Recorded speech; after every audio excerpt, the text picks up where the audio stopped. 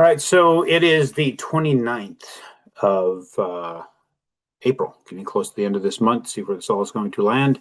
But yesterday I recorded and did not take, and the day took off from there, and it was madness, so I couldn't keep up with what was going on and then still be able to get something out to you guys. But what we're looking at right now, some fairly abrupt selling that happened this morning, and it all has to do with potential extension of the Iran blockade. There is also, of course, the UAE quit OPEC. That had another thing that in fact influencing the market.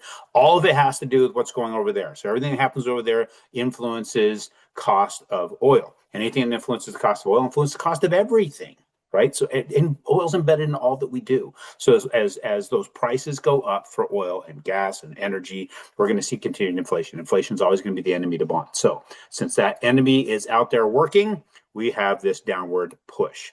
Now, there could be a flip at any time. What we have here is this downward channel that has formed.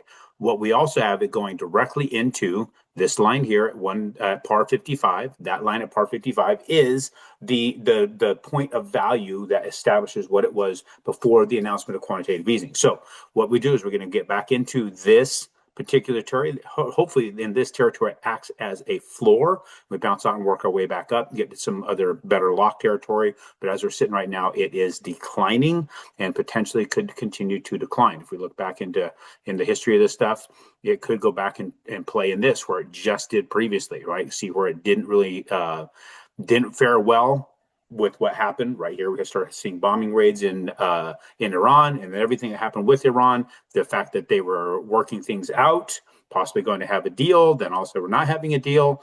All of this is Iran, pretty much Iran related. So that being the situation, we do have a floor. I pray that that's a strong floor, keep us up in here. But if it's not, we are still in the lowest rates we've seen for a very, very long time. There's a lot of you guys that are really, really hung up on 1/8 of a percent of a quarter percent. I'm one I've locked. I've got one I got to close on the 7th. I just locked some bitch. I didn't care what was going on today. I locked it because it doesn't matter. If it's all about that quarter or 1/8 of a percent interest rates because it's something that you just got to feel, right? Everything we're chasing is a feeling. So even interest rates are a feeling. The deal either pays for itself or it doesn't. If it doesn't, it's not a deal, period. So that's where we're sitting. That's where we're at. Pray the best for you guys. I will keep you up on what's happening. I'll get you more data on Friday.